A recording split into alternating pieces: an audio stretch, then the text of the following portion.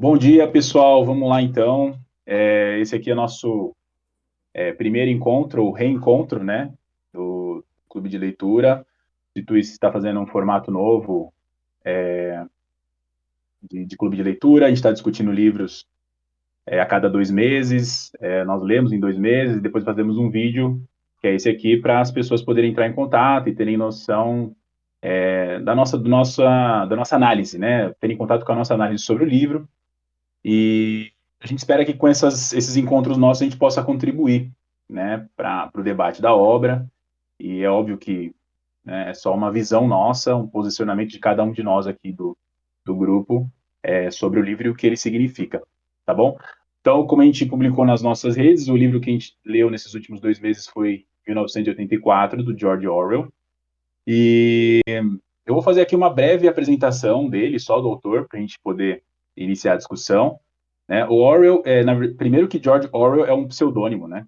O nome verdadeiro dele é Eric Arthur Blair, né? Ele nasceu em Londres, né, no Reino Unido, no começo do século XX, né? Ele morreu jovem, na verdade, ele morreu com 46 anos, se eu não me engano, né?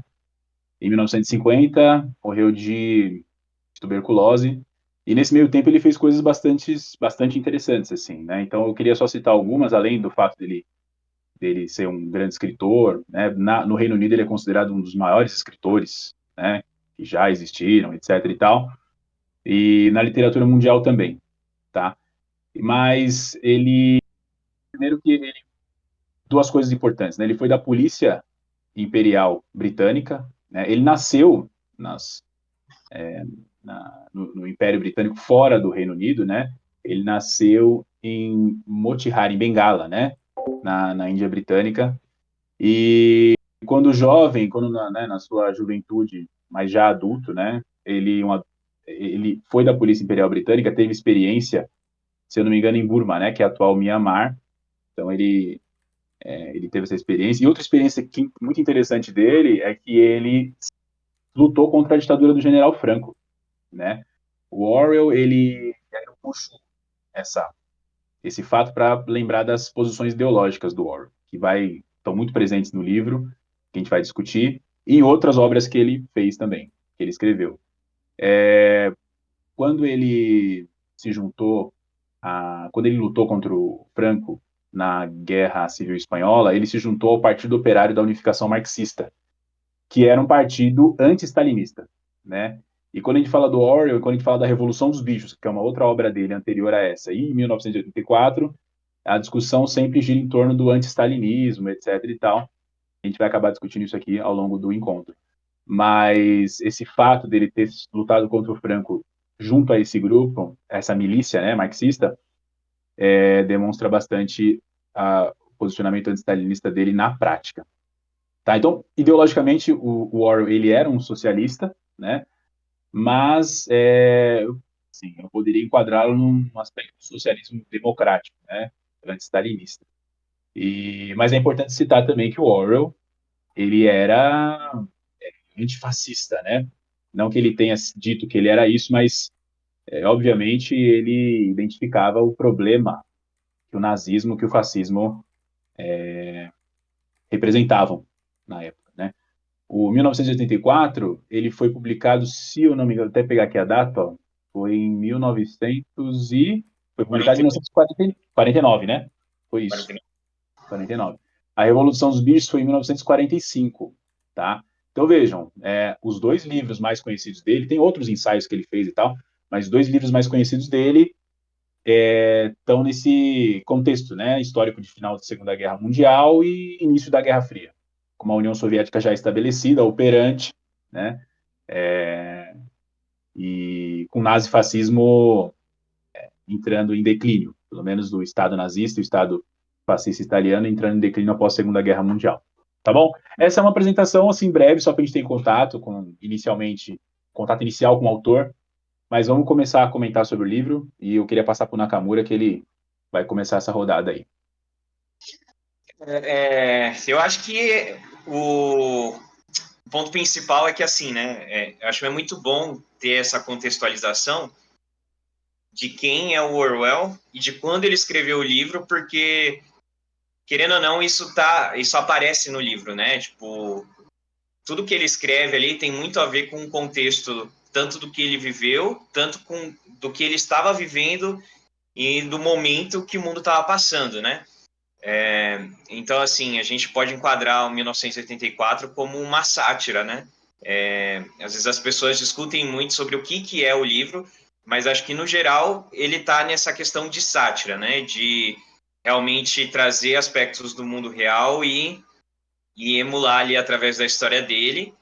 Então, quando ele vai manifestar esse pensamento, essa posição anti-stalinista dele, ele vai usar, né, o partido, né, para representar isso. Não só a questão do anti-stalinismo, né, ele também vai criticar o nazifascismo, mas tá ali, né, uma crítica a essas questões. E, num âmbito mais geral, ele também vai fazer uma crítica a uma sociedade hierárquica como um todo, né? Então, assim, como ele tem esse aspecto socialista, então a ideia dele é realmente de criticar sociedades que sejam hierárquicas, tanto que ele, quando ele vai falar da Oceânia, né, mais para o final do livro, quando o Winston está lendo sobre a origem da Oceânia e tudo mais, a gente vê que o Sócin, ele não nasce necessariamente de um movimento, somente de um movimento socialista, né? Ele vem também de uma oligarquia da classe média, né? Que ele vai falar que vem essa ascensão e aí, enfim, surge a Oceânia. Então ele vai falar muito assim, meio que dessa como se a sociedade em que o Winston vive é uma convergência, né, entre os resquícios do socialismo com resquícios do capitalismo, e aí você surge essa loucura, né, que ele vai colocar ali. Mas enfim, então tudo que ele vai colocar ali, querendo ou não, é uma representação do mundo real, e acho que isso é muito importante para a gente começar a entender a complexidade do que é 1984, né? Então, quando ele vai falar que existem as três nações, né? A Oceânia, a Lestásia e a Eurásia, né? Querendo ou não, ele está representando ali a divisão pela qual o mundo passava após Segunda Guerra, né? Que foi a Conferência de Teherã, que você tinha o quê? Três líderes aliados decidindo como é que você ia dividir o mundo. Então, ele tem vários aspectos ali que são detalhes, né? Mas quando a gente para pensar e fazer esses paralelos, eles estão ali muito presentes, né?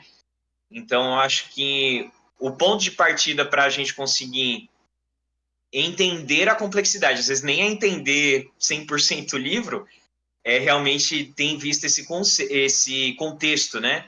Contexto pessoal do Orwell e o contexto histórico do momento. Eu queria fazer um comentário, na verdade, começar, né, uma discussão sobre o conteúdo do livro em si, que é a partir daquela afirmação que aparece no livro várias vezes, aproveitando o que o Nakamura falou, que é, abre aspas, né, quem controla o passado controla o futuro, e quem controla o presente controla o passado.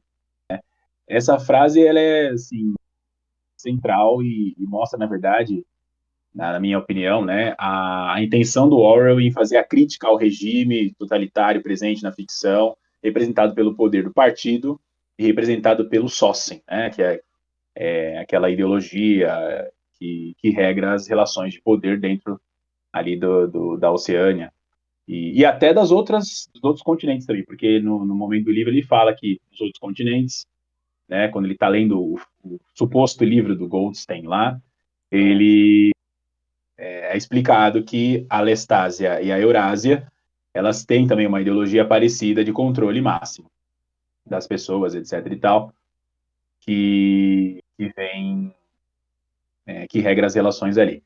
Mas tem e justamente nessa parte, tem uma encadeamento lógico que eu acho muito interessante, né, e no qual se explica por que esse controle totalitário começou. A gente vê no livro que o regime, as pessoas do partido são divididas em duas camadas, né? Tem as pessoas do núcleo do partido, que são aquelas que estão no alto escalão, que controlam, que comandam, etc e tal, e tem aquelas que estão numa ala abaixo, que seria o executivo do partido, né? É, E o como é o externo, né? termo? Os externos. Isso, o externo. E, tem uma outra camada ainda que são os proletas, né? E é interessante porque os mais controlados, na lógica do Sossing, nessa distopia, né, justamente são as pessoas do núcleo do partido e do partido externo, do qual o Winston, que é o protagonista, fazia parte. E, e os proletas não, os proletas eles eram assim, eles viviam na Deixa lá. escassez, né? E aí eles não eram controlados, deixa os caras lá porque eles não vão conseguir fazer nada porque a escassez é tão grande, a escassez na qual eles vivem é tão grande, eles não vão conseguir, não precisam ser controlados com tanto rigor, né? Mas nessa parte do livro do Goldstein tem uma explicação que é bem interessante, né? Ele dá é tipo um tratado que o Orwell coloca no livro, um tratado econômico e político explicando a visão dele sobre essa questão do controle totalitário, hierárquico e o estado permanente de guerra. O que significa isso, né? Então ele fala que, e aí, o, olhando o contexto no qual ele vivia, da ascensão e consolidação de uma política industrial, do avanço das máquinas, da produção e tal, ele fala que a tendência dentro da lógica do capitalismo da lógica do capitalismo não, mas da lógica do avanço, né, das máquinas como fatores de produção e tal, é que elas causariam um estado de geração de riqueza pleno. Né? Isso é muito interessante. Ele começa explicando esse estado, essa situação política e econômica dessa forma. E aí ele fala que assim, onde você tem máquinas capazes de gerar riqueza, né, num estado pleno, essa riqueza, logicamente, poderia ser distribuída anulando as desigualdades. Né? Então, assim, no encadeamento lógico, se você tem uma capacidade de produzir riqueza, o próximo passo seria distribuir essa riqueza. Né? E aí ele fala, pô, se você distribui a riqueza, isso significa o fim das desigualdades. Né? Só que o fim das desigualdades significaria, consequentemente, o fim das hierarquias. Por quê? Porque se você distribui riqueza para todo mundo, as pessoas vão falar assim, por que tem que ter uma classe dirigente, uma elite, né? Isso não faz sentido. E essas pessoas, elas conseguiriam, ou né, agiriam para poder eliminar essa elite, essa classe dominante. Então, a classe privilegiada, mesmo tendo capacidade, mesmo se existindo no mundo a capacidade de se produzir a riqueza seria suficiente para todo mundo viver bem, a classe privilegiada não ia querer que isso acontecesse, porque isso significaria o fim dela própria, né? E aí ele começa a articular esse tipo de raciocínio e tal, e ele diz que a saída achada pelas elites foi justamente iniciar uma guerra ininterrupta, né? Porque o estado de guerra, antes de destruir o humano, ele destrói aquilo que o humano produz. Olha só. E destruindo o que o humano produz, ele destrói o excedente. Né? Então, assim, você consegue controlar o excedente, você gera um estado de escassez, né? E a guerra, numa situação contínua, ela vai servir para manter esse estado de escassez. Então, você, nessa situação, a partir da visão econômica, você cria uma situação, cria uma realidade na qual a classe privilegiada possa continuar existindo, porque se tem escassez, eles conseguem controlar mais a riqueza. E além disso, a guerra contínua serve também para causar o pânico, etc. e tal, nas pessoas, porque no estado de guerra todo mundo fica em pânico, e em pânico você consegue controlar melhor as pessoas. Você consegue É, controlar melhor o passado, inclusive apagando a memória, aí a gente pode puxar a discussão a partir disso.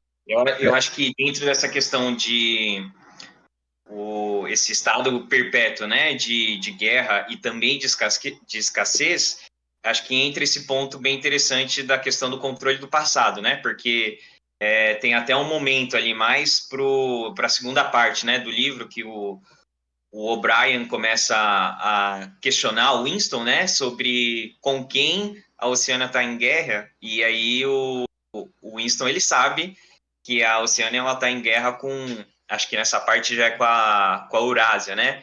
Mas semanas antes ela estava com a Lestásia, e aí ele fica nessa porque, assim, mesmo que isso mude em poucas semanas, ninguém mais lembra que antes o inimigo era outro e que o partido estava falando que o inimigo, na verdade, sempre foi o mesmo.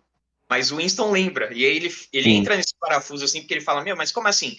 E da mesma forma, esse estado permanente de escassez, apesar de você ter a percepção ali do dia a dia, né, que as coisas são escassas, né, os proletas, eles percebem isso, os membros externos do partido, eles percebem isso, mas tudo que o partido produz de informação contradiz esse senso de escassez, né? Então, eles sentem que a vida deles é miserável, que eles não têm recursos suficientes, então eles vivem sempre nessa questão de racionamento de energia, racionamento de chocolate, racionamento de vários Lâmina de produtos. barbear. De lâmina de barbear, tipo, o pessoal vai lá, pega emprestado, e ele fala que não tem. Então eles estão sempre ali, né, pegando o resto do resto, mas ao mesmo tempo o partido está sempre falando, olha, a gente bateu a meta de produção, e não sei o quê, e hoje a gente conseguiu produzir mais, e aqui a gente vai aumentar a ração. E aí isso é um outro ponto para o Winston, né, porque ele é o cara que dentro do Ministério da Verdade vai fazer essas mudanças de informação. Então, se tinha uma cota de produção que não foi batida, ele volta lá para quando eles falaram dessa cota, né? E muda os números para que não pareça que o partido errou, né? Na previsão de produção. Para que sempre fique essa percepção de que o partido erra, mas ele erra para menos, assim, né? Ele achava que ia produzir menos, mas ele produziu mais. Quando na verdade é o contrário, né? Então, assim, eu acho isso muito louco, porque entra nessa questão assim, existe uma percepção da vida real de que aquilo que está sendo dito, né, a informação que eles recebem, não é real. Porque eles conseguem sentir que tem alguma coisa errada, né? Mas, ao mesmo tempo, eles não conseguem fazer muita coisa com aquela informação. Eu acho legal, não dá pra deixar de fazer paralelo, né? Mas esse constante revisionismo, né? Então, a meta era 10, aí foi produzido 8, a meta na verdade era 8, e depois não, na verdade a meta era 6 e produzimos 8, né?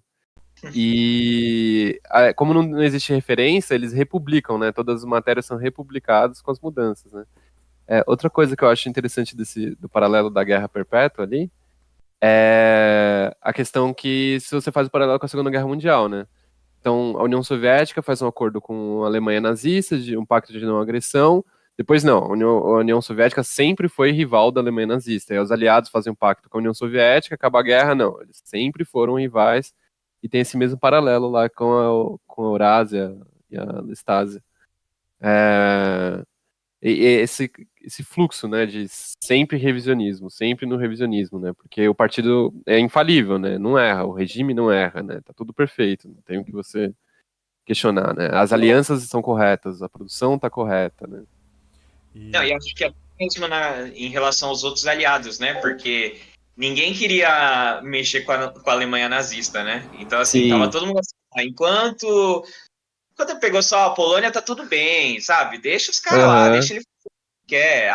Não, a Tchecoslováquia, beleza, né? Mas faz parte, hoje o discurso não, mas a Inglaterra, a França, pô, eles sempre foram contra a Alemanha nazista, sim, né? Nossa, só a União Soviética que foi lá fazer um pacto de não agressão. A gente nunca faria isso, né? Porque a gente é a favor da liberdade, da democracia.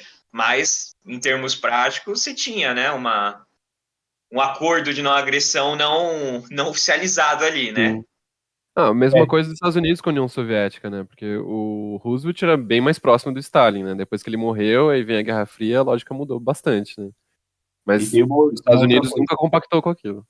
Sim, e tem uma outra coisa também, né? A Vista Grossa foi feita na Segunda Guerra, antes da pré-Segunda Guerra Mundial, de Inglaterra e França principalmente, e mesmo dos Estados Unidos em menor medida, era falar assim: deixa os nazistas avançarem, porque eles vão entrar em conflito com a União Soviética, né? E Sim. aí deixa os pau quebrar, a gente vê o que sai disso. E aí também tem outra coisa, né? O nazismo, ele é uma forma de totalitarismo, mas que acontece dentro da lógica do capitalismo, né? Uhum. Claro que tem a questão do corporativismo, né? Que tem um controle maior do Estado sobre as relações econômicas, mas o que diferencia principalmente, né? A gente na questão econômica, stalinismo, né, e o nazismo, a gente pega essa questão de como que as relações estruturais econômicas se organizam Uhum. nos dois tipos de regime, né? Enquanto o socialismo, o stalinismo se regra pela questão do planejamento econômico centralizado, etc. e tal, da não propriedade privada, o nazismo não. O nazismo ele mantém uma lógica capitalista funcionando e ele opera o totalitarismo dele a partir disso. Isso é importante diferenciar. O Orwell não deixa isso claro nessa obra dele, mas talvez em outros escritos, eu não li, talvez ele até reflita um pouco mais sobre isso. Inclusive porque eu vi um comentário sobre isso, de que ele encarava o nazismo justamente como uma forma de totalitarismo que operava dentro da lógica capitalista, né? Ele defendia também a economia planificada. Até tinha notado aqui uma referência dele, que ele fala assim: por anos eu consegui fazer com que capitalistas me pagassem para eu escrever críticas contra o capitalismo, mas eu não me iludo achando que esse Estado vai continuar para sempre, né? O único regime onde a longo prazo eu vou ter liberdade de expressão é no socialismo. E se o fascismo vencer, eu estou acabado como autor e com a minha capacidade efetiva. Queria fazer um comentário também. É, Acho que mesmo no começo do livro, ele já meio que tá em busca de pessoas que têm o mesmo pensamento que ele, assim. Ele fala, nossa, será que essa pessoa não tá percebendo? Será que essa pessoa não tá vendo? Né? E aí, pra colocar um contexto aqui, eu acho que eu fui a única que nunca tinha lido, nunca tinha tido contato com o livro e não consegui terminar. Então, eu também vou ficar mais quietinha nessa rodada. Mas eu fui anotando algumas coisas aqui que vocês estavam falando e tem algumas coisas que também foram me chamando a atenção, né? Então, primeiro, essa coisa de refazer a história, né? De ter um ditógrafo também, né? O cara vai lá, ouve o que tem que escrever, escreve e programa. Ah, produzimos 6, mas na verdade era para ter produzido 4, a meta era 4, diminuir a meta, tudo isso. Para mim, me faz pensar sobre uma questão que é o monopólio da informação, né? O monopólio da informação. Porque, apesar das pessoas estarem sentindo outras coisas nas vidas delas, né? Então, elas sentiam que estava tendo racionamento, que estava tendo falta de chocolate, que estava tendo problemas com comida. Mas quando vinham os informes, né, do partido, enfim, vinha o informe de que estava tudo bem, né? De que estava tudo bem, de que estava tudo certo, de que, na verdade, tinha até melhorado, né? Só que, como que essas pessoas que sentem o contrário do que estavam recebendo, né? O contrário daquela informação, como que elas podem se organizar a ponto de conseguir passar a própria mensagem adiante, né?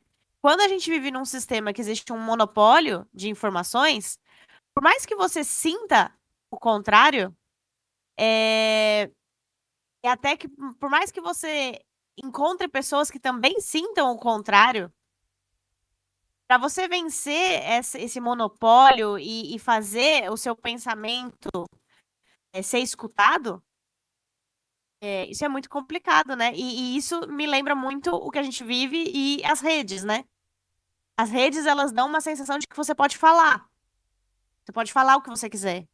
Mas quem vai ser escutado, né? Uhum.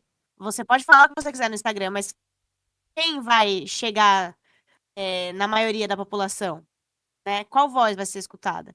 E também na questão de a gente saber lidar com as informações, né? Então, por exemplo, você sente que está cada vez pior a questão da comida. Como que você vai organizar essa informação? Como que você vai lidar com esses dados para provar que, na verdade, não é só uma sensação sua, mas que, na verdade, isso de fato está acontecendo e está acontecendo majoritariamente para a maioria das pessoas? Como que você vai organizar esses dados? Uma população que, de fato, é uma população que é carente, humilde, não tem acesso a diversas coisas, é difícil, né, essa população se organizar e mesmo que tenha esse acesso a, a como se organizar, para você furar esse monopólio da comunicação é outro degrau gigantesco, né? Então eu ia lendo e eu ia ficando angustiada ao mesmo tempo, né? Porque eu percebia que ele estava ali com uma certa consciência da coisa, tipo, não, peraí, mas a história foi essa, eu vou ter que reescrever de outro jeito? E por que que eu não posso escrever no meu diário? Não, eu tenho que me esconder aqui para escrever num lugar que ninguém vai perceber, né? É, então, assim, é, ouvindo vocês falarem, me dá mais vontade de continuar e terminar o livro. E para finalizar, eu acho que quando eu comecei a ler o livro, antes de começar a ler o livro, eu joguei no YouTube, assim, ó, o nome do livro. Um dos primeiros vídeos que aparecem, gente, a maioria dos vídeos é como esse livro é anticomunista, né? Os primeiros tópicos é assim, livro anticomunista, livro que é anticomunista, não sei o quê. Falei, caramba, por que que eu cito isso e vai ler um livro anticomunista, né? Coisa estranha. Mas aí depois é isso, né? Você vai pesquisar a vida dele, você vai entender o contexto, você vai entender várias coisas e você vai vendo que a crítica que ele está fazendo é justamente a um totalitarismo, né? A época que estava acontecendo, né? Fascismo, nazismo e tudo. Então, acho muito importante assim a discussão que a gente está fazendo aqui, tanto para fazer reflexões do nosso dia, da nossa atualidade, quanto para entender as diferenças entre esses regimes, né? Vai lá, Sérgio. Eu, queria, E eu só posso fazer um comentário para puxar da Lívia, porque senão vai ficar desconexo. Inclusive, Lívia, essa última parte da sua fala, tem um trecho do livro, né, que ele deixa bem claro. Eu vou até ler aqui, abre aspas, né? Acho que na minha versão é página 266, que ele fala assim: assim, né? O partido rejeita e avilta cada um dos princípios originalmente defendidos pelo movimento socialista e trata de fazê-lo em nome mesmo do socialismo, fecha aspas. Ou seja, né, ele está falando assim, quando nessa parte do livro está se explicando, né, como que o partido organizava, o que o sócio tentava alcançar, controle da memória, o controle do passado, etc. E ele fala assim, isso aí que está sendo descrito na ficção, na verdade, é a organização de uma coisa que faz referência ao socialismo, mas que vai contra os princípios socialistas. Então, isso mostra que o posicionamento do Orwell, fala, eu sou socialista, né? E eu acredito no mundo no qual a gente tem que superar o capitalismo. Mas o que está representado aqui, né, com a figura do partido com P maiúsculo, é justamente uma tentativa de você operacionalizar o socialismo, mas nessa tentativa você foi destruindo os princípios do socialismo. Então não é que ele é anticomunista, né? Ele fala assim, a experiência real, talvez, do socialismo soviético, na visão dele, tá? Ela tenha, ao longo do tempo, ela tenha sido distorcida ao longo do tempo. Então, ele é socialista, tá? É importante de frisar isso de novo. Ele é anticapitalista, a princípio. Mas eu queria puxar uma outra coisa rapidamente, né? A gente fala do Winston, né? O trabalho do Winston era justamente, né, reeditar a verdade, e ele lidava, né, com fazia fake aquela. Ele fazia fake news, exatamente. É um departamento de fake news, né? E ele lida direto com duplo pensamento. Então ele só vai caminhar em direção à suposta confraria, enfim, porque ele é um cara que não lida muito bem com o duplo pensamento. O duplo pensamento não opera, não consegue engrupi-lo, vamos dizer assim, né? Mas vejam, eu queria fazer uma comparação. Quando a gente fala de controle, né, do passado, apagamento da memória, apagamento da verdade, né, a gente lembra do exemplo histórico do nazifascismo, a gente lembra do controle ideológico que aconteceu na União Soviética sob o guarda-chuva do stalinismo, mas no capitalismo isso também acontece, né? Isso acontece. Então, assim, os dados econômicos que vocês estavam comentando, né? Ah, sai um dado econômico e depois sai outro. Claro que dentro da nossa lógica capitalista, dentro do nosso monopólio de mídia que é existente, né, aqui no Brasil, né, em outros lugares do mundo, esse controle não se dá dessa forma, mas vende-se informações da forma como se quer, da forma como se faz necessário para que a lógica continue funcionando. Então, por exemplo, os dados econômicos são divulgados no jornal que indicam prosperidade, crescimento de PIB, né? O PIB cresceu, como se o crescimento Superávit. fosse superávit primário, como se essas coisas e outros, né? Como se essas coisas fossem coisas que representassem melhora na vida das pessoas, não necessariamente, mas é vendido como se fosse, né? Então, a gente tem contato, controle de qual valor é válido a todo momento, através da mídia, etc, etc. E agora a gente tem também, através das redes sociais, né, um controle das emoções a favor da lógica de mercado. Porque o que a gente está vivendo, a gente está nas redes sociais, utilizando as redes sociais, a gente acha que a gente usa de graça, mas não usa, né? Nós somos o produto e tal, e as nossas emoções estão sendo controladas. A gente está ficando viciado, a gente está ficando dependente, e o algoritmo ele conhece a gente para poder direcionar propaganda para a gente, fazendo com que as empresas que controlam essas redes ganhem muito dinheiro. Esse é um controle das emoções. E além disso, a bolha que o algoritmo cria direciona o nosso pensamento, direciona a nossa, né, os valores que a gente vai sobre, em torno dos quais a gente vai orbitar. Então é interessante esse totalitarismo, esse autoritarismo, ele historicamente a gente cola o autoritarismo e o totalitarismo com regimes, nazifascismo ou mesmo com o stalinismo e tal. Mas no capitalismo tem uma forma de totalitarismo que é cruel e ela é muito mais velada, mas ela está aí, né? E ela serve à lógica de mercado. É isso que eu queria. Será na lógica do capitalismo? Será o grande irmão o Deus mercado, né? Então, acho que essa reflexão é importante.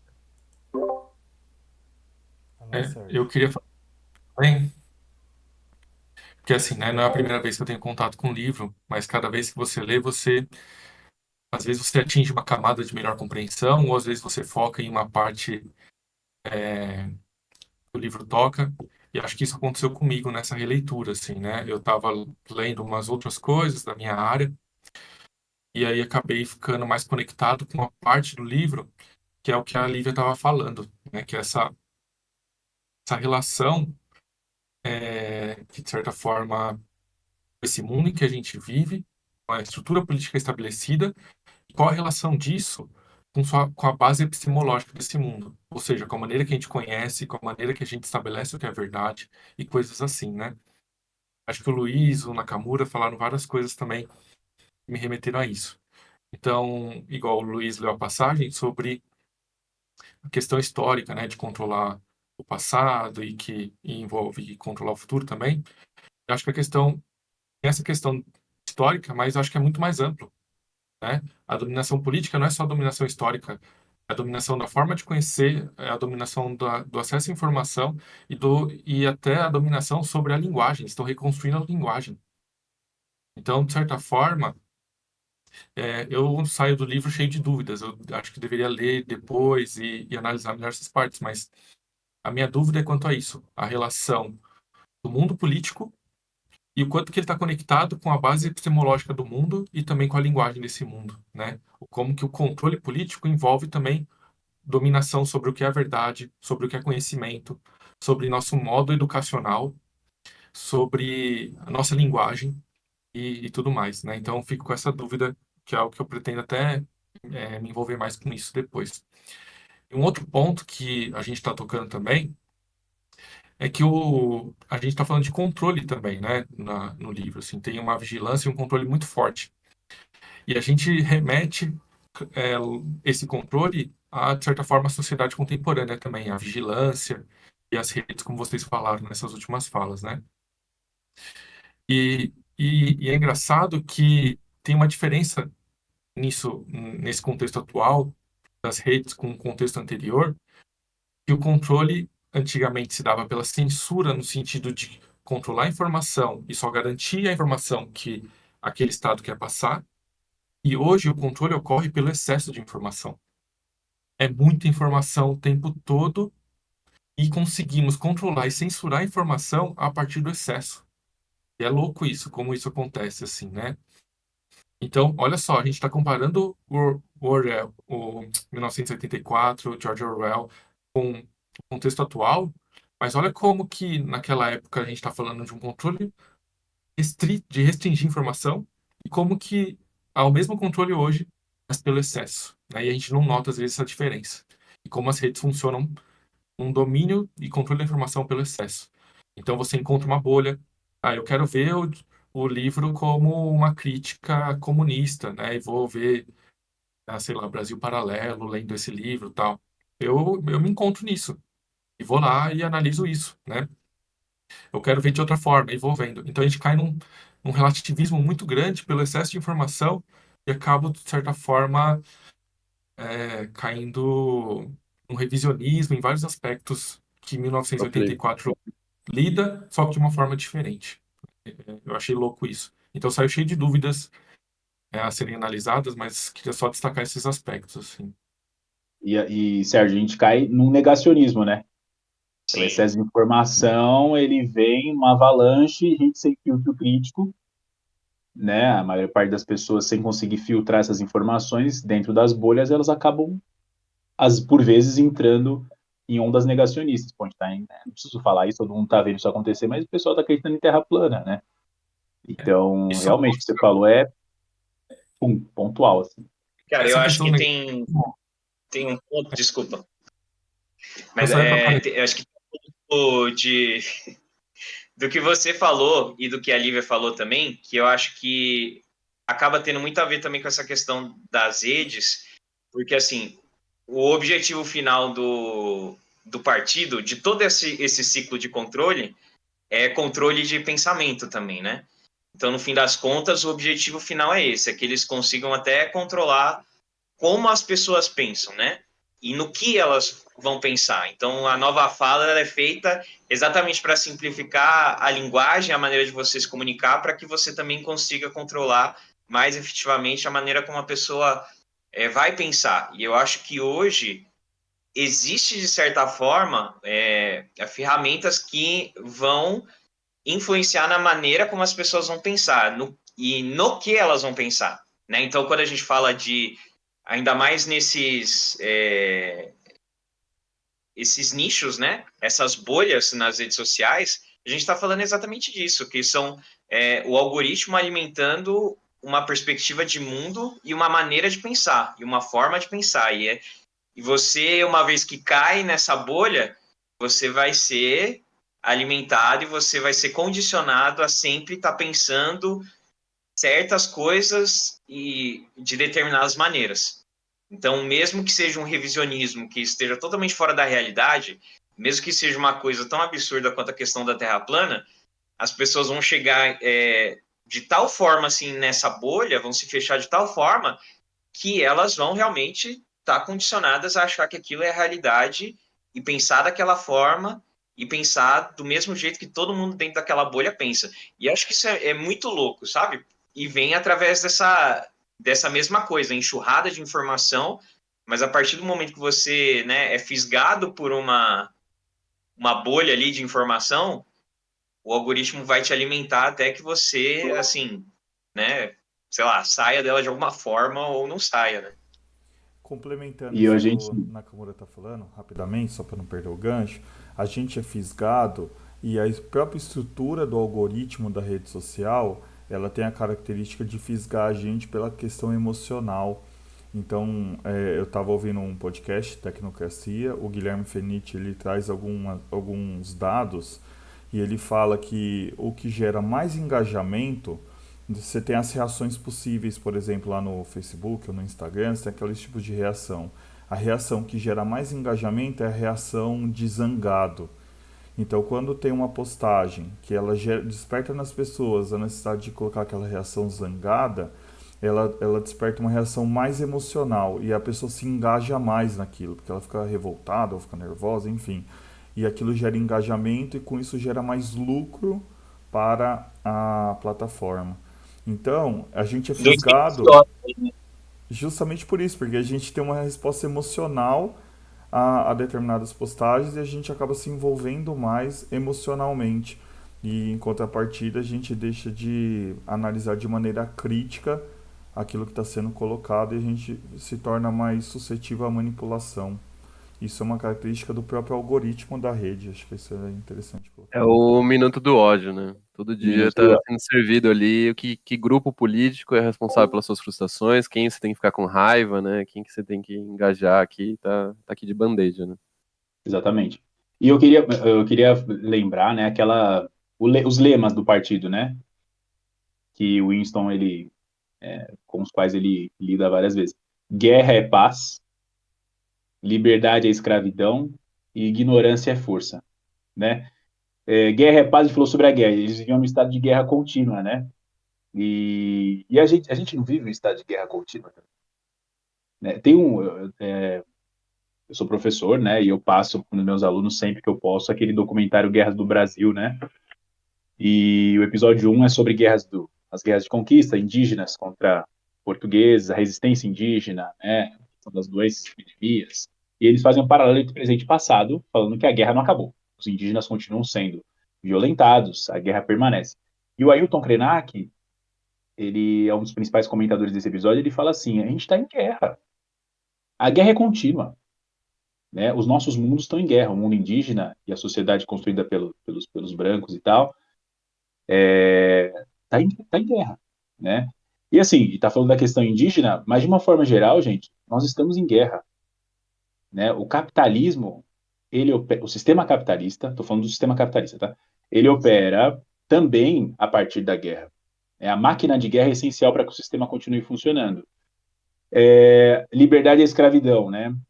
Puxando outra coisa, a gente está falando sobre as redes sociais. A gente tem a ilusão nas redes sociais, as pessoas, né, têm essa ilusão, e nós também, de que a gente tem liberdade porque a gente está conseguindo colocar nossas opiniões, que a gente está conseguindo acessar informações. Mas, na verdade, a gente está sendo escravizado, justamente por esses fatores que vocês falaram, a questão da bolha, a questão do controle do algoritmo, do controle da verdade, e muitas pessoas acabam caindo nesse direcionamento em um negacionismo, etc. e tal. E aí também a questão da ignorância é força, né? Então, eu não preciso nem explicar essa, acho que está explicada, está implícita. E, assim, talvez o termo que mais seja presente no livro é o do duplo pensamento, né? E é interessante, eu fui refletindo quando eu fui lendo o livro, né, como que a gente vive com esse duplo pensamento. A gente vive isso toda hora, né? A gente tá vendo um assunto, mas dependendo da forma como a gente vê, a qualidade das informações que a gente recebe, a gente acaba entrando em conflito, né? Com o que a gente sente que é verdade, com o que a gente consegue raciocinar do que é a verdade, e o que está sendo mostrado para a gente, né? E esse duplo pensamento, ele acaba regrando a gente muitas vezes na nossa vida, assim. Então, é um conceito assim, que o Orwell, ou Orwell, né, como vocês falam, criou, e certamente ele tirou isso da realidade. E é uma coisa que diz respeito à nossa realidade ainda hoje. É muito interessante. E outra coisa importante, antes de eu finalizar a fala, que o Sérgio comentou, que ele falou assim, o controle se dá também pela questão do controle do que é o conhecimento, da questão da epistemologia, etc., mas também da fala, né? E o instrumento final do controle que o partido faz, é um instrumento, tá? Final é a fala, é a criação da nova fala. Então, regrar a fala das pessoas, criar uma nova fala muito mais simplificada, você acaba simplificando também o pensamento das pessoas. E a relativização da verdade fica mais alcançável. O controle da verdade fica mais alcançável. O controle da memória, o apagamento da memória. Né? Aquela tortura total que o Winston sofre no final do livro, ele sofre porque ele conseguiu resistir minimamente a esse controle. Mas o que é indicado é que a maior parte das pessoas do núcleo do partido e do partido externo, elas não precisam dessa tortura toda. Elas já conseguem, elas não conseguem, na verdade, sair das amarras desse controle que, em seu estado final, é representado pela nova fala. Então, a relativização para elas já é uma coisa... É que o Winston é resistente, que ele precisa passar por aquilo, pelaquela tortura toda. Então, é interessante isso. Todo ano comemorar a redução de vocabulário, né? Quanto menos palavras, menos pensamento, menor a chance de descendência, né? E a resistência dele está ligada ao caderninho dele, que ele fica tentando escrever e manter, né? E manter uma conexão com aquilo que ele era. Então ele usa o caderno dele para escrever as memórias dele. E essa questão que você colocou de reduzir tem a questão de Vygotsky, né? Que a gente estuda na área da educação, sobre o quanto a complexidade do nosso pensamento está ligada à complexidade da nossa comunicação. Então, se você reduz a complexidade da comunicação, você também reduz a complexidade daquilo que você consegue pensar, analisar. É interessante que ele traz esses elementos. Cara, eu acho que uma coisa que para mim dessa releitura assim que ficou mais forte, assim, mais evidente para mim foi a questão dos relacionamentos, né? Acho que antes da gente começar a gravar, o Thiago até falou da questão da diferença do Winston da primeira metade para o Winston da segunda metade, né?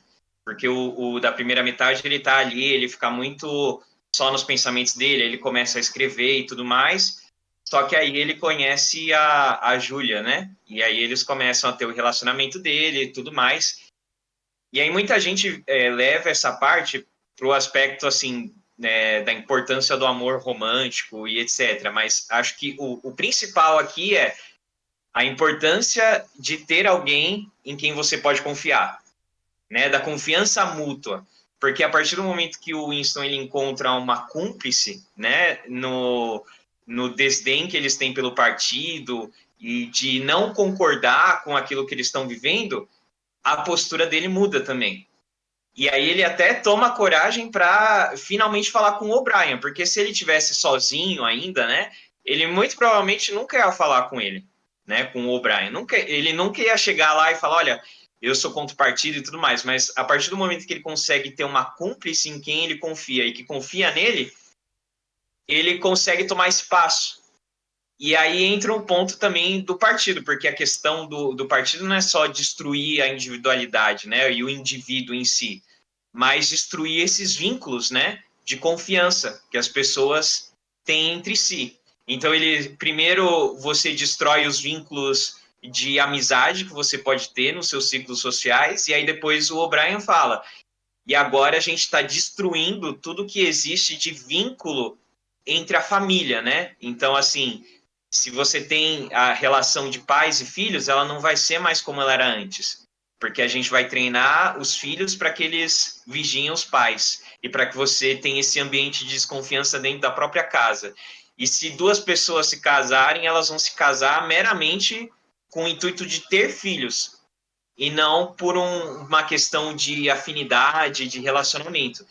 Então, eu acho que isso, para mim, fica assim, é muito louco, porque, assim, de certa forma, o que a gente vive hoje é um incentivo a você ter esse tipo de afastamento, né? Porque numa sociedade que visa o desempenho e que visa você sempre superar o outro em vários aspectos da sua vida, você vai cada vez mais cercear essa possibilidade de, tá, então se eu tenho que vencer o outro, até que ponto eu posso confiar no outro?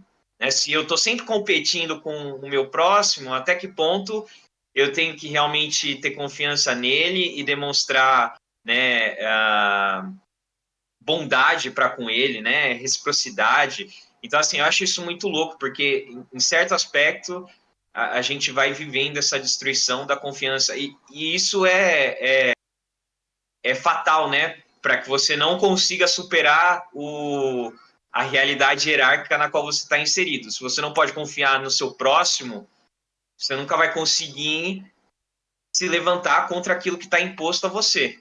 Se você nunca conseguir criar vínculos de confiança, você nunca vai conseguir se impor ao sistema no qual você está inserido. E eu acho que isso, para mim, nessa releitura, foi o que mais, assim, me pegou, sabe? Que mais me deixou reflexivo. E você, é interessante, eu concordo com você. E que isso que você falou, para que isso aconteça, né, o controle das emoções tem que acontecer, né? Isso fica muito claro, né, que é uma intenção do partido. E sobre o que você falou, isso representa, na verdade, a destruição da solidariedade, né? Você enxergar o outro como alguém que está no mesmo barco que você.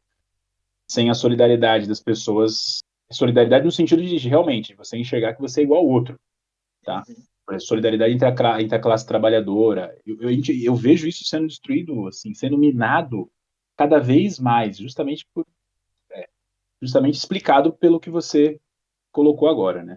E é interessante porque é colocado no livro, né? É um ideal da confraria, que aparece como uma suposta organização rebelde contra o partido e tal, de que os proletas é que vão eles são os únicos capazes de destruírem, né, o sistema colocado, o controle, etc. e tal. E várias vezes no livro, quando o Winston tá já, né, ali na loja do senhor, Goldschmidt, né, o nome do, É, que era em tese um antiquário, né? E quando ele vê mais os proletas, aquela senhora que canta na varanda, né? Os proletas são aqueles que não têm as emoções controladas por uma escolha do partido. O partido escolheu não controlar as emoções de forma tão, né, incisiva, porque a guerra ajudava a isso, mas não de forma tão incisiva quanto o resto da população, porque a escassez ia controlar, né? E eu casei uma posição. Hã? a escassez e a cultura, né? Porque eles controlam todo tipo de cultura que os proletas consomem. Mas é verdade. Até a oposição, assim, talvez o partido não conseguisse fazer o controle, né? Aí isso ele não é dito, mas talvez não conseguisse. Agora, os proletas, eles são colocados como uma esperança, justamente porque eles têm a solidariedade, uma mínima solidariedade que sobrou, que os membros do partido não tinham, né? Que é regrada pelas emoções, pela não negação das emoções, né? Não negação completa das emoções. E aí eu lembrei do Milton Santos, né? Tem uma entrevista que o Milton Santos deu para o Roda Viva, acho que era década, eu não lembro que ano que é, mas tá lá, tá disponível no YouTube para quem quiser ver. E ele fala, né? A gente vive, é muito colado com a discussão que a gente está fazendo. A gente vive num mundo dominado pela informação, mas contrariado pela comunicação. É genial, assim. Não estou Santos era um gênio, né? E aí ele faz todo sentido, porque a gente, justamente como a gente falou aqui, a gente é bombardeado pela informação a todo momento, né? Informação. A gente acha que essa informação está servindo para a gente poder compreender o mundo, a gente acha que essa quantidade enorme de informações sem filtro crítico está servindo para a gente se comunicar, mas na verdade a comunicação que, que serve ou que serviria para superar o que está colocado, né, a opressão e tal, é aquela que parte das periferias, que parte dos mais pobres, que é aquela comunicação comunitária, a comunicação solidária, né? E assim, é muito verdade isso, né? Realmente, o mundo de hoje, por mais informação que a gente tenha, ele é contrariado pela comunicação que acontece nas bordas, principalmente, nas periferias, que é onde se vive a maior parte da população, que é no livro onde vivem os proletas, que são, como colocado, acho que 85% da população da Oceânia. Eu só queria juntar aí, que eu tava pensando aqui na fala do Nakamura e do Gonzaga, que eu acho que vai além do que o Nakamura falou, que ele vive num estado constante de aflição, né? Essa presença de ideias opostas na vida dele, né? Então, tipo, o relacionamento para ser aprovado pelo partido tem que ser de pessoas que não têm compatibilidade, né? Então, são pessoas que se odeiam, né? Tem a liga antissexo, tem aquela sobrecarga de mal-estar que ele vive, né? Ele tá com fome, ele tem úlcera, ele só bebe, acho que era bourbon, né? O dia todo, ele não come direito, ele não se lava, ele tem que ficar na frente da TV com a gritaria lá do hino do partido, tem um minuto do ódio, né? Ele tá sempre sobrecarregado, com essa aflição, assim. Outra coisa do revisionismo é que ele fica o tempo todo falando que ele não se lembra, né? Como não tem um registro histórico, ele lembra de algumas coisas, mas a maior parte ele não lembra, ele não tem como ter uma referência, né? E essas ideias opostas, assim, é impossível não fazer o paralelo com vários conjuntos de ideias que, né, permeiam a nossa sociedade hoje. Então você tem, por exemplo, os reacionários, né, sempre falando sobre, né, uma certa pureza que tem que ter, contra a vulgaridade, contra a banalização do sexo, mas ao mesmo tempo sempre tratando desses mesmos assuntos de forma extremamente vulgar, né? Então toda analogia que faz é tipo, não, isso é um casamento, isso, né, sou imbrochável, é sempre chulo, assim, sempre chucro, mas ao mesmo tempo, não. Estou defendendo aqui uma pureza, sexo é uma coisa que não cabe ser pautado, apesar de ele estar sempre sendo pautado, né? Então, esse rebuliço, assim, essa constante convulsão nesse tipo de coisa que está sempre sendo induzido, né? E é o que ele vive também, né? É o duplo dia a dia pensamento. dele. É o duplo pensamento constante em tudo. quando ele consegue largar a paranoia, é quando ele começa, né, na minha interpretação, pelo menos. Ele só vive, né, a vida dele ali. Ele aceita que se o partido descobrir, eles vão ter que se matar, alguma coisa do tipo, mas ele tá meio que curtindo a vida dele lá com a Júlia, vai lá no antiquário e tal.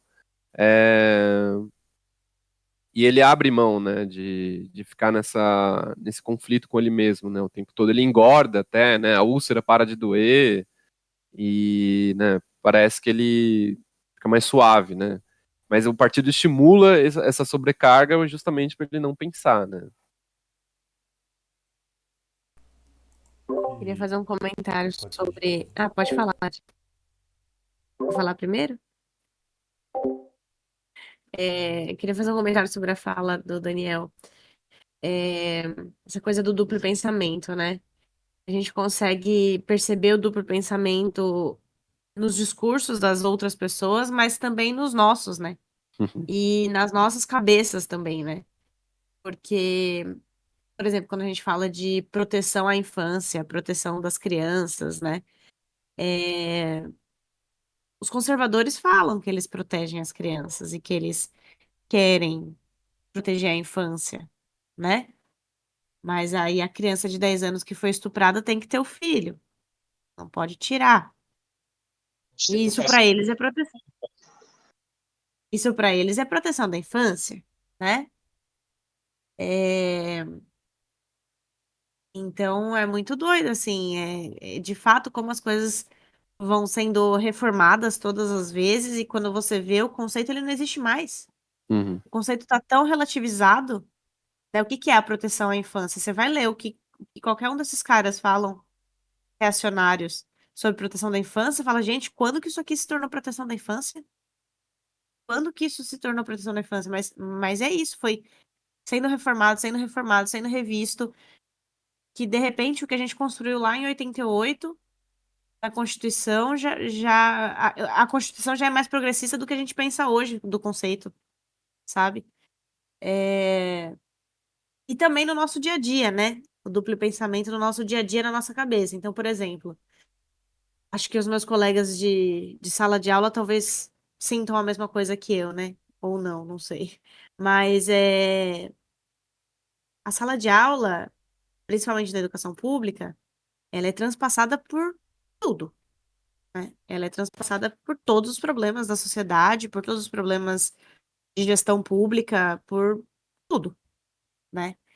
E aí tem tanto problema, tanto problema, tanto problema para você resolver, que o que você enxerga, e o que a maioria dos colegas, nossos colegas de trabalho enxergam, é que o problema é o aluno, né? Os nossos colegas de trabalho, pelo menos os meus, muitos, acreditam que o problema é o aluno tem indisciplina, o aluno não quer nada com nada, o aluno não tem interesse, o aluno isso, o aluno aquilo, né? E aí, o minuto de ódio é contra o aluno, né? E a gente tá tão afundado, tá tão imerso nos problemas todos, que são milhões de problemas ao mesmo tempo, que a gente não consegue pensar para além daquilo, né? E olhar, não, tudo bem, tá? Realmente tem uma questão familiar, tem uma questão da criança, tem uma questão do aluno, mas como que a gente chegou nisso, né? Como que a escola não tem uma biblioteca? Como que a escola não tem um contraturno que a criança possa ir à tarde se ela quiser fazer um trabalho? Se ela quiser usar o espaço da escola para ficar sentada conversando com a... Como que não tem esse espaço? Como que a escola se tornou só esse espaço onde a criança vai, entra, senta, fica 5 horas e vai embora? É, E aí você fica com esse duplo pensamento dentro de você. E se você não se perceber com esse duplo pensamento também, é muito fácil você cair no minuto do ódio, que o único ódio é o aluno. Porque, na verdade, a forma mais fácil da gente extravasar esse ódio é entendendo o minuto do ódio como um aluno. Porque se a gente for parar para pensar na política pública, na gestão pública, em todas as questões que atravessam a escola, você se percebe pequeno, você se percebe incapaz, você se percebe sozinho muitas vezes, até você achar alguém, né? Como ele achou no livro, qual é o nome da moça? Júlia. Júlia, né? Como ele achou a Júlia. Mas você se percebe sozinho muitas vezes, e aí o minuto do ódio é contra o aluno, que é o mais fácil de estar ali na frente da gente, né? E eu falo, eu sou professora, não tô dizendo que é fácil, não. Pelo contrário, é muito difícil. É, Mas só para evidenciar que esse duplo pensamento tá no nosso dia a dia, tá na nossa cabeça. E se a gente não parar para pensar sobre ele, a gente simplifica as questões, né? Simplifica. Vocês falaram da simplificação da linguagem, que simplifica o pensamento, que simplifica como a gente entende o mundo, né? E é isso. Se a gente não parar para pensar, a gente vai simplificar todas as relações e encontrar o nosso minuto do ódio, que vai fazer a gente extravasar e até sair com uma sensação mais leve, sem ter feito nada, né? É verdade. E aí, a gente pode estender isso para várias. O que você falou, assim, é gênio. Eu sou professor também, né? O Thiagão também é e tal. Acho que o Sérgio e tal. Realmente, a gente vê isso acontecendo na escola, né? Esse direcionamento e tal. Mas, a gente vê isso na sociedade como um todo, né? A relativização, a simplificação, o apagamento da história, o controle da memória, o duplo pensamento levam a gente a direcionar nosso grito de ódio contra grupos que não são o nosso inimigo, né? Todo esse contexto propicia a permanência de uma guerra entre os de baixo, né? A gente não consegue organizar nosso ódio e olhar assim, pô, a gente tem que organizar esse ódio, essa energia, né? Vamos falar assim, em qual direção? Eu vejo isso acontecendo a todo momento, né? As pessoas que são oprimidas de várias formas diferentes, atacando outras pessoas que são oprimidas, porque os professores são oprimidos, atacando alunos que são oprimidos, né? Mas isso Ou na assim sociedade, mesmo, né? ou a si mesmo, enfim, isso acontece direto, né? E as causas são todas essas que a gente discutiu aqui. É bem interessante. Seguindo num paralelo, né? Eu sou brasileiro, tô com a camisa aqui, bandeira nacional, tal, mas eu odeio a cultura brasileira. O brasileiro é um lixo, ninguém tem moral, ninguém tem ética, as músicas brasileiras são piores, tudo que é brasileiro é pior, mas eu sou patriota, eu gosto do Brasil, não sei o quê, né? Isso sempre na convulsão, né? Pilota e tô aqui com a minha bandeira dos Estados Unidos e de Israel. Sim. É, Eu odeio o que, Brasil, mas eu adoro o Brasil. a que ponto chegamos, né? É muito louco. Muito louco, mas compreensível. A gente está conseguindo compreender aqui, né? Acho que esse exercício é importante. Sim, sim. Produto do meio, né? Produto do meio também. E aí já encaminhando, né? Por exemplo, se a gente começa a imaginar que você tem um inimigo comum, eu não sei se é Goldstein ou Goldstein, eu li a Goldstein, que é o inimigo do partido. Quando você tem um minuto do ódio, aparece a imagem do Goldstein no telão e você tem que direcionar toda essa energia, toda essa opressão que você sente no dia a dia. O partido tenta o controle emocional, como colocaram anteriormente, ele tenta de tal maneira que ele fala assim, você vai focar essa sua raiva, tudo que você está sentindo nessa figura do Goldstein. E aí eu não sei se está dentro do tempo, né? Se a gente está encaminhando para o fim ou vai esticar um pouquinho mais. Mas tem um porquê de focar nessa figura. Já encaminha para o final? Como que estamos? Pode? Então, o Goldstein, não sei se o Sérgio quer falar, porque o Sérgio talvez tenha mais propriedade. Na realidade, ele é uma construção do partido. É uma figura imaginária, não existe o Goldstein. É o próprio partido criou a imagem desse inimigo onde vai ser direcionado. Então o O'Brien, ele é um funcionário do partido e a função dele é justamente encontrar as pessoas que conseguem fugir do duplo pensamento ou conseguem dar mais liberdade ao pensamento crítico e ele localiza essas pessoas para que o partido possa eliminá-las. Então o final do livro é justamente nesse sentido de eliminar e fazer com que a pessoa negue aquilo que ela pensa. E aí quando o Winston chega nesse momento final de que ele não está mais aguentando a tortura, as últimas palavras dele são negando aquele pensamento dele, e aí ele é executado. Então, na realidade, você ter um inimigo comum, o PT, o Petralha, que é o inimigo, que ele Lula. o Lula, que é o ladrão, que não sei o que, você foca a imagem numa figura, foca a imagem em um lugar. o inimigo, né? Foca a imagem do inimigo num lugar e você direciona emocionalmente as pessoas e você aumenta o seu controle sobre também as emoções delas. Então eu tô tendo muitas dificuldades, está faltando comida, eu tô com fome, eu não gosto da companheira que mora comigo, que eu tenho muitas dificuldades com ela, mas o problema não é o partido. O problema é o risco que a volta ou que a ascensão do Goldstein traz para mim, porque se ele entrar é muito pior, então o partido precisa fazer isso. Então, se o partido me controla, não é porque o partido é ruim, é porque ele está me protegendo do possível inimigo, Goldstein, que pode assumir Maior. o lugar, que é um inimigo maior. E aí acho que isso é algo que me pegou. Quando eu li a primeira vez, me pegou. E interessante que, além de ler, eu fui numa peça de teatro, uma adaptação. A peça, é lógico, é uma síntese, né? É muito interessante, foi uma boa adaptação. E eles focam muito nessa questão. Como você não está dentro da cabeça do personagem, então eles focam muito nessa questão da relação. Então, na peça, assim, é legal que o personagem ele está sempre aflito e buscando alguém que pense como ele. Então, não necessariamente só a Júlia, a companheira. Ele fica tentando com os colegas. Então, ele senta na mesa e havia uma pessoa que desapareceu. E aí ele fala assim, fulano de tal. Aí o outro que está na mesa, nunca ouvi falar, não sei do que você está falando. Aí ele para e fala assim, opa, eu não posso perguntar de novo, porque se eu perguntar de novo, eu vou dar brecha. Esse foi o sinal, que perguntei uma vez, o rapaz à frente negou, eu já sei que eu tenho que negar até o final. E é nesse sentido, do controle da memória, controle emocional e de ter esse inimigo comum. Então quando ele começa, tá vazando o áudio da furadeira? Não? Não.